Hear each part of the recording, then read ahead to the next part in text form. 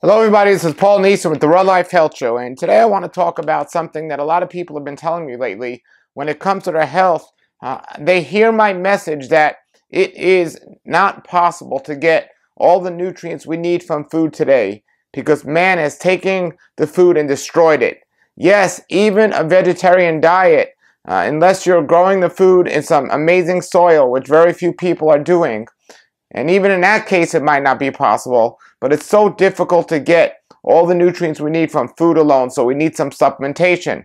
Well, I mentioned this, people are understanding this, people are believing this, and I say, well, to determine what supplements you need for you, you need to get a blood test, and that'll reveal things. But you don't just want to get any old blood test because, you know, you want to make sure you're getting a good blood test. For example, if you have a car and you're driving your car, it has 4 tires. If you take it to the mechanic and you say, well, check the air in 3 of those tires. Well, you haven't checked the air in all 4 tires, so what use is that? What sensible is that? When you go to the average doctor to get a blood test, it makes no sense if their test is inadequate. You want to go, and I found the fellow online, Dr. Shandell, American Metabolic Laboratories. I'll put the link below the videos here. He has something called the Longevity Blood Profile Test. And within that test is a cancer blood profile test. I talk about that a lot. There's a lot of links to Dr. Shandell on my website. But I wanted to talk about supplementation a little because people will do things. They'll tell me like, well, I know how important something like vitamin C is, and I take vitamin C. And I say, well, how much vitamin C are you taking? And somebody will tell me something like, oh, 1,000 milligrams. Do you understand what a joke this is, folks? Do you understand that that is nothing? That means nothing, 1,000 milligrams. You know, let me give you an example. On the average day, I take 10,000 milligrams of vitamin C versus your 1,000. Now, you know, vitamin C is wonderful for the immune system. It helps us deal with stress and everything else. It's not too much to take. And my point is, most people today are taking too little when they believe they need to be taking a supplement. And also, many people are taking supplements that they might not even need. They're pretty much guessing what they need and what they don't need. Because I always ask everybody is, what are you taking? And they give me a whole list of what they're taking. I'm saying, well, how do you know you need those things? And they say, well, I either heard or this or I heard that. No, get your own blood tested. And I'm not only talking about vitamins. I'm talking about hormones. A lot of Dr. Shandell's tests are hormone-based. And find out what you need. And then take enough of what you need. Find out how much.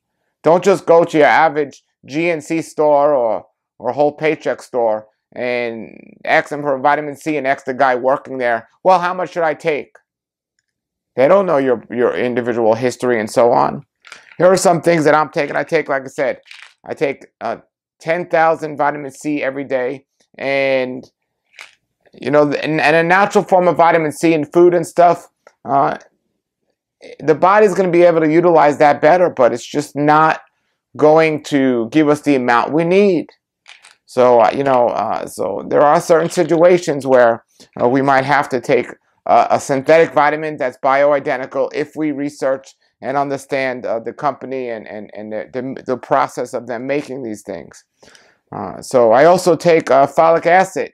You know, me being a vegetarian, my B12's always been fine, but my homocysteine levels were high.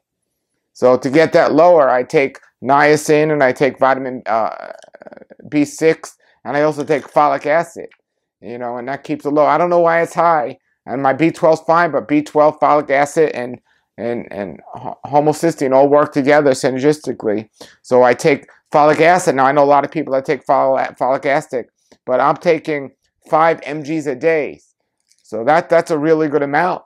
And a lot of people are taking way too little if they are taking it. Another good example is vitamin D. I take vitamin D, and that'll help absorption to calcium, the bones, and so on. Vitamin D, but I take 4,000 to 5,000 a day. So these are just some examples of somebody who's eating a raw food diet, and it's not a raw food diet. I mean, raw foods have the most utilized nutrients for our body in the highest quality. I eat a lot of live foods or wild foods. I have nutrients in my food, but the soil is so depleted, the food's so depleted. The majority of food most people eat, if it's fruits and vegetables, is picked unripe. So they're not even getting the amount of food that they actually require.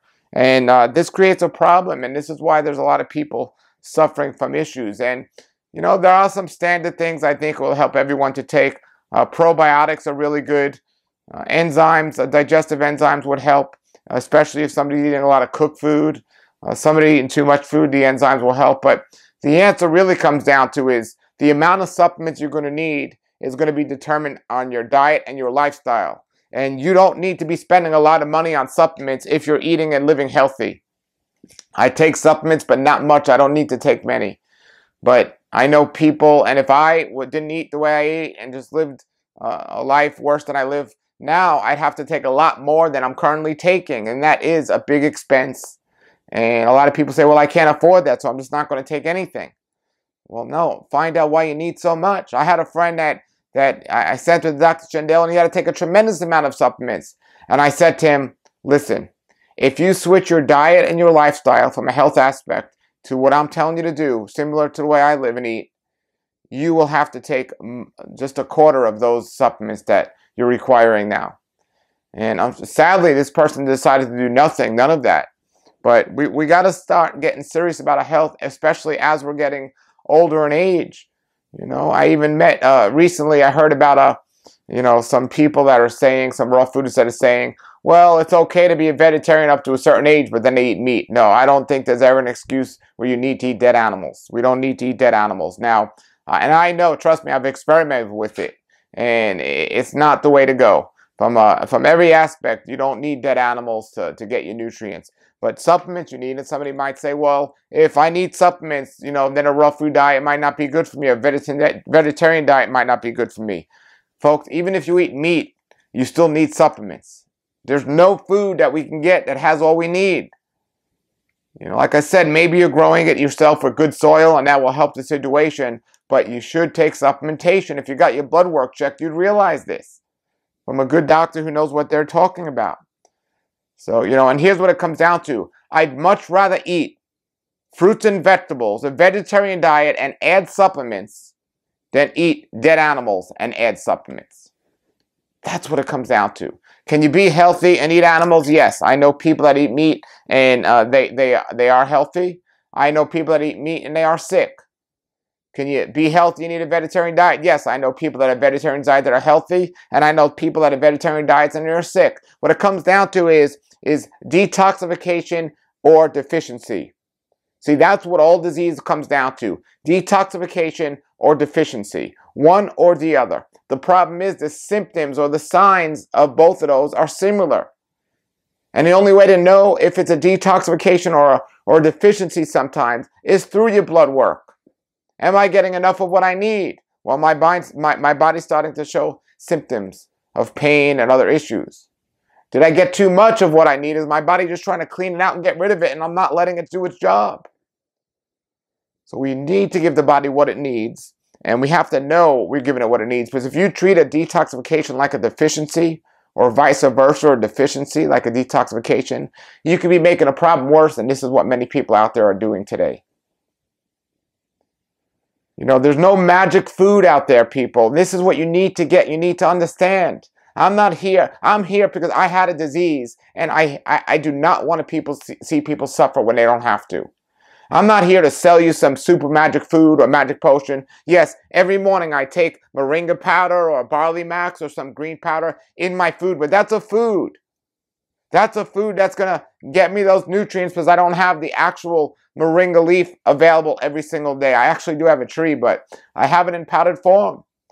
But my goal isn't to say, take this superfood and you're going to get all you need and you're going to be fine. That's not my goal. I'm saying take it, do your best to get what you need. But you're still going to have to supplementation. You're still going to have to supplement. And the reason I say that is because there's a lot of people that promote a so-called healthy diet, but they're on here just trying to sell you stuff.